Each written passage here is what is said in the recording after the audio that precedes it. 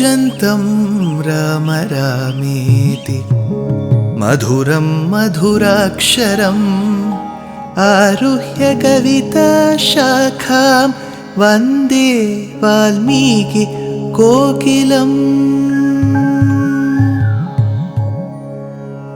रामाय रामभद्राय रामचन्द्राय वेधसे रघुनाथाय नाथाय सीताया पतये नमः।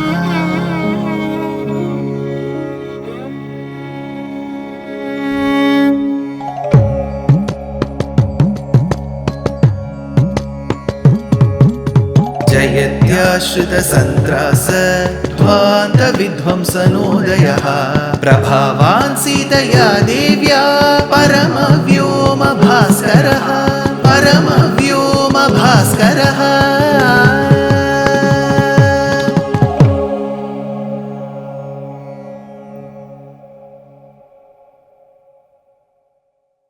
श्रीमते निगमान्त महादेशिकाय नमः।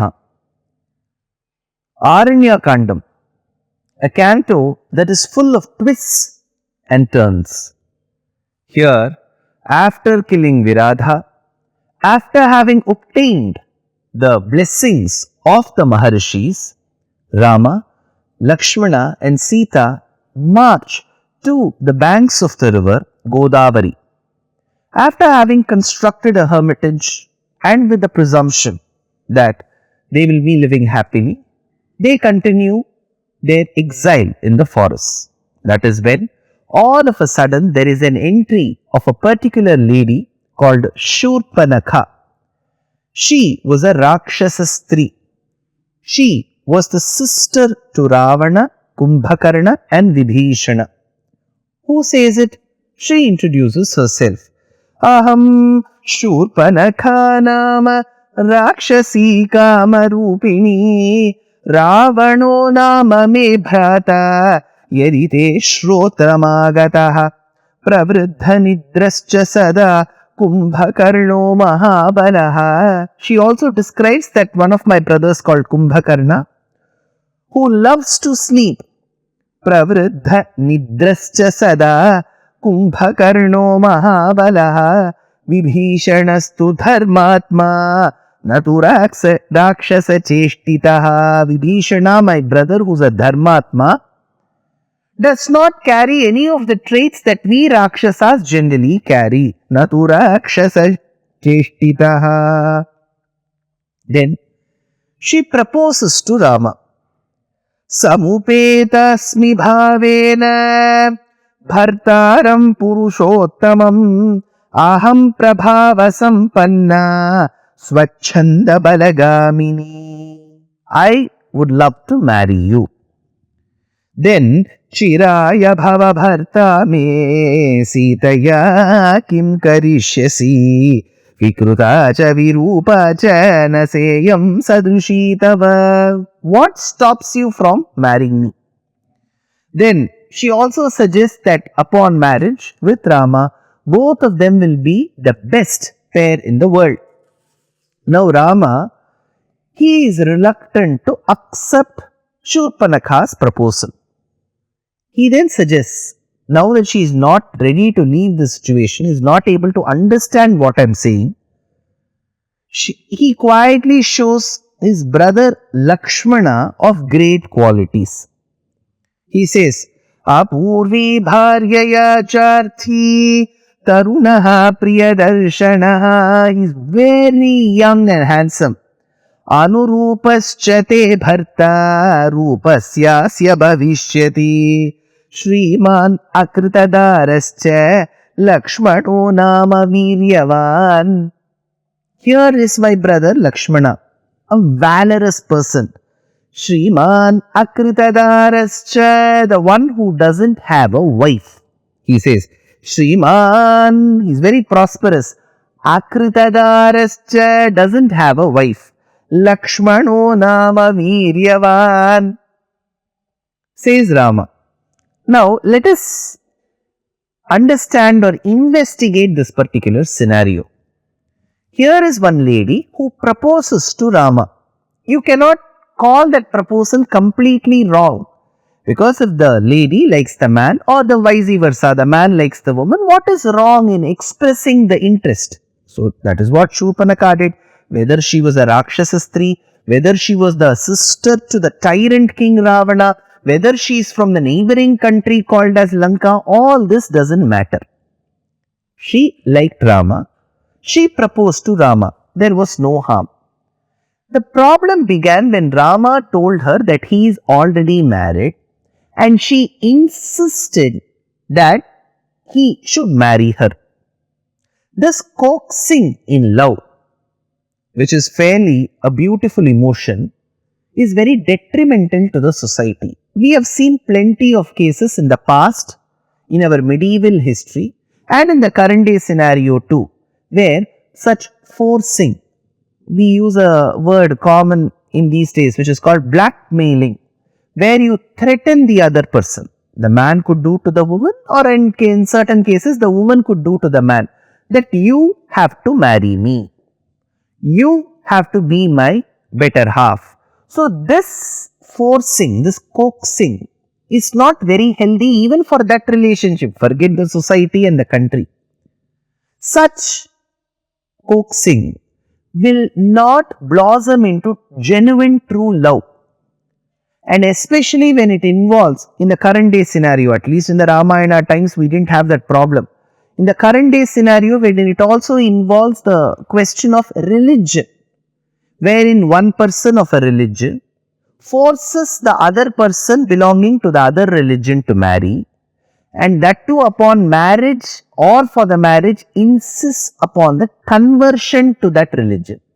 All this is not healthy for that religion too, because religion is a path that should take the follower to God, should give that person bliss, be it he or she. Such forcing, such using such criminal ways of converting people will not yield any good, because any genuine person of any religion, follower of any religion, will genuinely desire that the followers of that religion should come out of their own, should come on their own, understand the philosophy, the tenets of that religion and start following. Such forcing, such luring, all this will not help. Now getting back to the scenario in Ramayana, Shurpanakha, upon understanding and told by Rama that he was already married, she insisted that she should marry him. So, her proposal to Rama was not a mistake at all, but her insisting upon him explaining that he was already married, that she should also marry him, was wrong. So, the first wrong was committed by Shurpanakha, no doubt. But does that give entitlement to Rama to utter something like this, wherein he suggests that his young, good-looking, valorous brother is unmarried? Should he lie? And should he first of all direct her to him? Is that the right way? If he had suggested that I am not ready to marry you, he was 100% right. Is it right to play with the emotions of people? These are questions that are raised by many astikas and many readers of the Ramayana. Very valid point. In two ways we need to understand. When we commit a crime for the first time, or we commit a mistake, and the opposite person retaliates to that mistake, we cannot insist on how that person should retaliate. When I have committed the mistake, when I know it is a mistake and I have knowingly committed the mistake, I cannot advise the other person, suggest or command the other person, see, I have committed the mistake, you can retaliate, but do it only within this limit. We cannot suggest that, because the mistake has been committed first from our side. Similarly, Shurpanakha made a very, very low class attempt when he suggested he was married to insist that he should marry her. So this was a mistake committed by Shurpanakha. So first of all, she doesn't have, or anybody doesn't have the right to tell what Rama and what intensity he should reply. That said, we also need to understand that Paramatma, as per Ramayana, Pitaram Rochayamasa Tatha Dasharatham Drupam, he chose to be a normal individual, a mortal like you and me. In such a scenario, we may not follow rules. Even the people in our world, in the family circle that we know, in the friend circle that we know, who follow rules till the T, they will follow every possible rule. They will also, if you go ask them quietly, have they adhered to every rule? They'll say, more or less I follow rules. One or two places I may exceed. I may go in a wrong direction for about 10 feet. Otherwise, I have to take a long turn. I may have to do this. So, if you ask someone, they will say that 100% they don't follow rules. They try their level best. Similarly, a human, how he behaves is Rama. So, we cannot expect that 100% demeanor at all points of time. So, he playfully suggested go to Lakshmana. In case we have to academically evaluate, critically analyze Ramayana, then probably this situation could have been avoided by Rama. There was no need for him to say, go to my brother. That was not required. But Rama said, go to my brother. Apurvi bharyaya charthe tarunaha priyadarshanaha anurupascha te bharta rupasyasya bhavishyati shriman akritadarascha lakshmano nama viryavan. Now, fine sir, she did the first mistake. Rama retaliated. He said, you go to my brother Lakshmana. That is also acceptable. But how could he tell Shurpanaka, Akritadarascha, go to my brother who doesn't have a wife? Urmila was hale and healthy in Ayodhya. Many years had passed since their marriage. How could Rama commit this crime? You cannot call it a slip of the tongue, sir. Why did he knowingly lie? So we say, Ramo dvirna bhivashate. Rama has never spoken untruth. Then what is this, you may ask? Remember, all these incidents that have happened have been codified in the form of poetry for us by Valmiki. He has given it in a Padyam format. Padyam is poetry. One, because poetry is that which can be sung. It can always be fixed to talam. So you can call it Adi Talam, you can call it Rupakam, you can call it Mishra, you can call it Khanda Chapu, Eka Talam. So you can always fix it to a talam. So when you fix it to a talam, rendition is very easy. When rendition and talam is easy, remembrance is easy. So he has given it to us in the form of poetry, not prose. When it is in the form of poetry, the poetic license can be utilized and the rules of poetry have to be complied with. In certain scenarios, to fit into the meter, certain obvious things can be conveyed by removing one or two letters. This is a general rule in Indian poetry. In the Tamil poetry, when the Alvar describes Lord, he says Kunda. He calls the Lord Kunda. The commentator asks, there is no word called Kunda for the Lord. So he says, since he had to fit into the meter, the Alvar says Kunda, add mu or vai before that. If you add vai, it becomes Vaikunda, which means the one who stays in Vaikuntham. Or if you add mu, it becomes Mukunda, the one who gives moksha. So this rule is there in poetry. Now how is this rule used? Rama says Akritadarascha. He doesn't have a wife. Now what letter can I add to make it the truth? Next episode.